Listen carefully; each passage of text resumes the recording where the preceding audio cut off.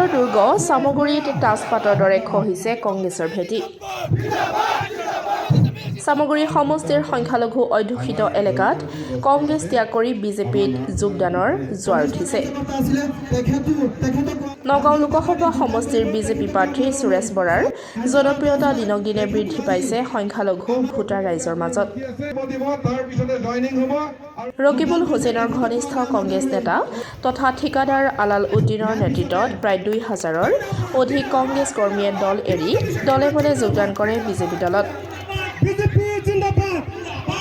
নগাঁও লোকসভা সমষ্টিৰ বিজেপিৰ প্ৰাৰ্থী সুৰেশ বৰা আৰু বৰহমপুৰ সমষ্টিৰ বিধায়ক জিতু গোস্বামীৰ উপস্থিতিত অনুষ্ঠিত হয় এই বিশাল যোগদান কাৰ্যসূচী।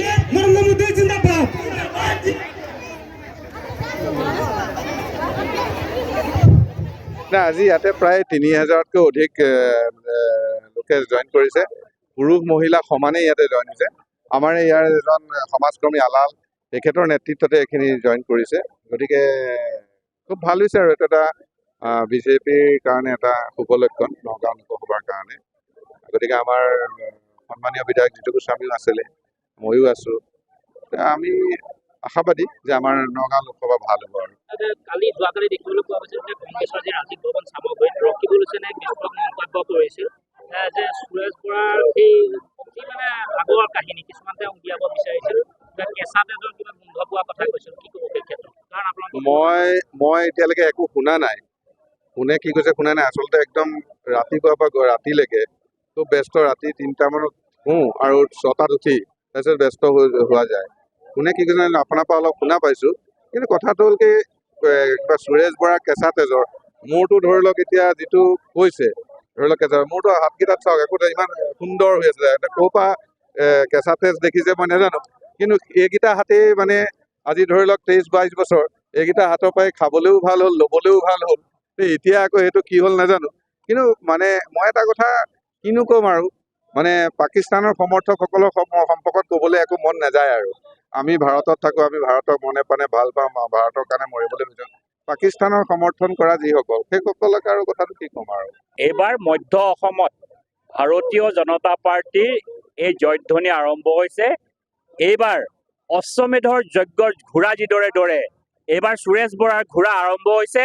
মধ্য অসমত নগাঁও লোকসভা সমষ্টিত এই জয় অপৰিৰুদ্ধ আৰু এই জয় আপোনালোকে আচৰিত হ'ব। এইবাৰ মধ্য অসমত এইবাৰ এই যে দেখিছে আজি চামগুৰি সমষ্টিত আজি ইমান লোকে হাজাৰ হাজাৰ লোকে ইয়াত জইন কৰিছে।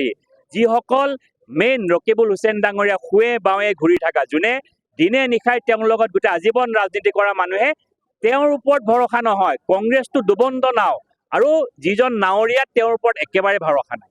কাৰণ দুবন্ধ নাওখনত আৰু নাৱৰীয়াজনৰ ওপৰত কি ভৰসা ৰাখিব? আৰম্ভণি আৰু ১৫টা দিন আৰু যিবা দিন আছে ইলেকশ্যনলৈ, তাৰ হ'লে আপুনি দেখা পাব কি হ'ব।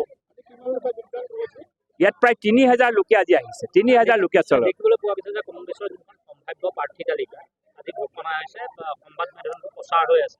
ৰকিবুল হুছেইনে ধুবুৰীত আজমলৰ এগেইনষ্টত কৰিব আৰু প্ৰদ্যুৎ বৰদলৈহেন মানুহক নগাঁৱৰ পৰা বিদায় দি গৌৰৱ গগৈ দিয়াৰ কথা চৰ্চা চলি আছে। কি ক'ব? চাওক, গৌৰৱ গগৈ উঠে, প্ৰদ্যুৎ বৰদলৈ উঠে, ৰকিবুল হুছেইন উঠে, আমাৰ কাৰণে কোনো ফেক্টৰ নহয়। আমাৰ মুখ্যমন্ত্ৰী ডাঙৰে অলপ দেৰি আগত কলিয়াবৰত এখন সভাত আছিলে।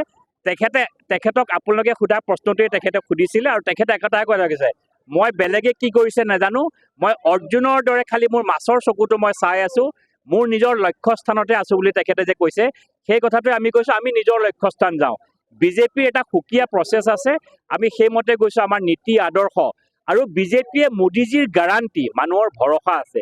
এই যে ৰাইজ আহিছে, এইবিলাক যিমান জনতাক আপুনি ইয়াত দেখা পাইছে, এই ৰাইজসকলৰ জীৱনত এটাই কথা কি তেওঁলোকে গোটেই আজীৱনটো তেওঁলোকে এই সমষ্টিটো বা কংগ্ৰেছৰ লগত থকা সমষ্টি। মানুহ ওলাই অহাৰ সাহস, মানুহ স্বতঃস্ফূৰ্তভাৱে ওলাই আহিছে। এইটো পৰিচয় যে এইবাৰ জোৱাৰ ভাঙিব।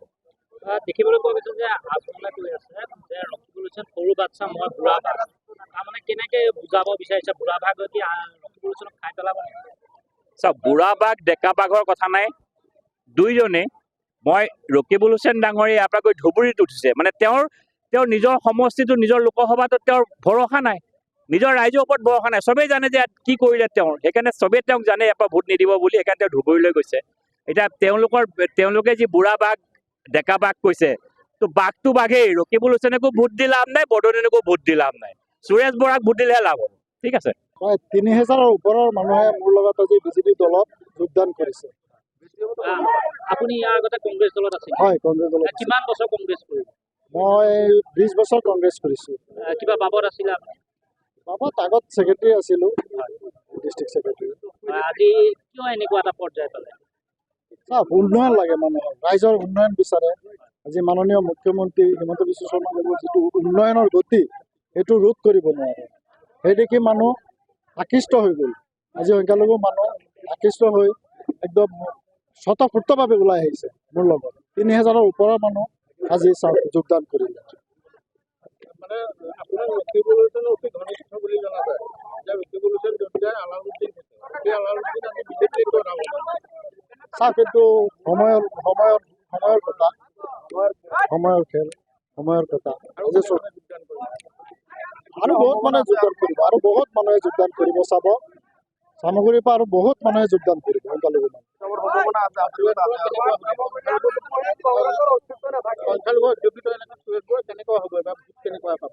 সুৰেশ বৰা সংখ্যালঘু 80% ভোট দিব মানুহে। তেখেতৰ ৰাইজৰ লগত আছে, 24 ঘণ্টা ৰাইজৰ হৈ তেখেতে কাম কৰে। তেখেতৰ দক্ষতা আছে, সেইখিনি তেখেতে জিকিব আৰু ৰাইজৰ কাম কৰিব।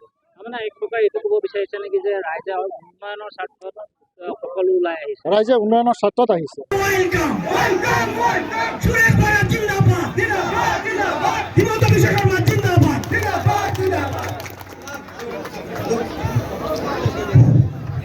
এতিয়া আমাৰ মাজত আজি সভাৰ মুখ্য অতিথি news desk report, democratic Assam. সিজন চাচা, আমাৰ মামা চাচা মিলি দুইটা সমষ্টি বৰবাদ কৰি পেলাইছে আৰু ৰাইজক বৰবাদ কৰি পেলাইছে। ৰাইজ, আপোনালোকলৈ এটাই অনুৰোধ, আজি বেছি নকওঁ, মই এটাই অনুৰোধ জনাম ৰাইজক যে এইবাৰ আমাৰ এই দুটা সমষ্টিৰ ৰাইজৰ অস্তিত্বৰ যুঁজ, এইখন আমাৰ নিজক বচোৱাৰ যুঁজ।